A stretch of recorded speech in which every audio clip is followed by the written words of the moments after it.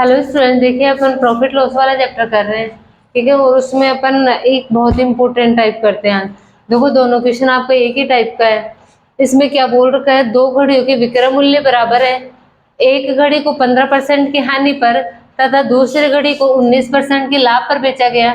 यदि दोनों घड़ियों के क्रय मूल्य का मान 480 रुपए दे रखा, मतलब दोनों घड़ियों के क्रय मूल्य का योग दे रखा आपको 480, और बोल रहा है दोनों घड़ियों का अलग अलग आपको क्रय मूल्य कितना है। ठीक है, देखो, जब भी आपके पास में ऐसा क्वेश्चन आ जाए, इस क्वेश्चन की पहचान क्या है कि आपके पास में एसपी विक्रय मूल्य क्या दिया होगा, समान दिया होगा। ठीक है, और दो घड़ियों के क्रय मूल्य का योग दिया होगा।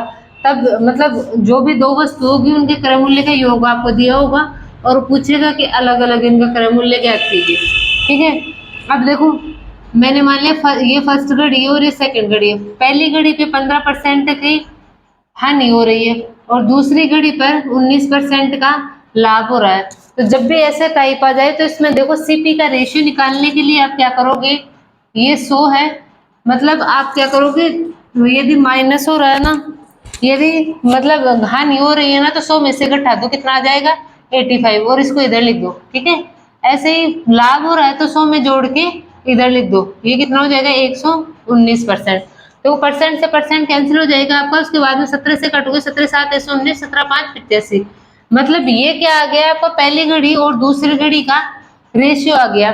ठीक है, 7:5 पहली घड़ी और दूसरी घड़ी के क्रय मूल्य का रेशियो आ गया। अब देखो, क्रय मूल्य का योग दोनों का 480 दे रखा है, लेकिन अनुपातों में दोनों का योग कितना है 12, तो 480 किसकी वैल्यू हो जाएगी 12 की। इसके बाद में देखो, फर्स्ट घड़ी का सीपी कितना हो जाएगा, फर्स्ट घड़ी के सीपी के लिए किससे इंटू करोगे आप, 7 से इंटू करोगे, तो 7 से इंटू कर दो, 12 चौक 48, ये कितना आ जाएगा 280 रुपए।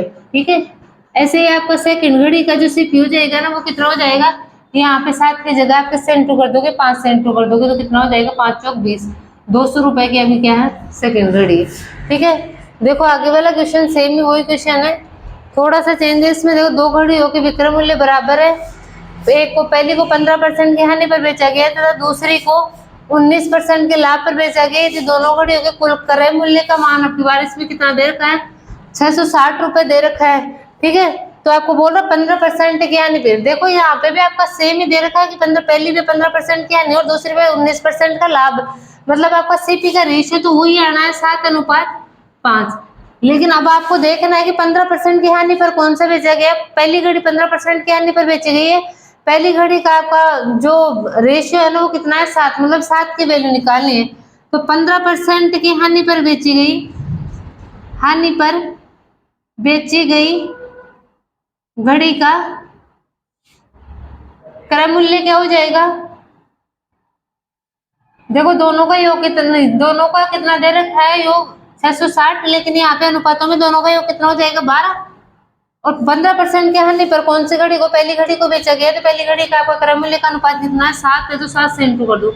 ठीक है, 12 से काटोगे, देखो 12 पंजे 60, 6 बच गए, 12 पंजे 60।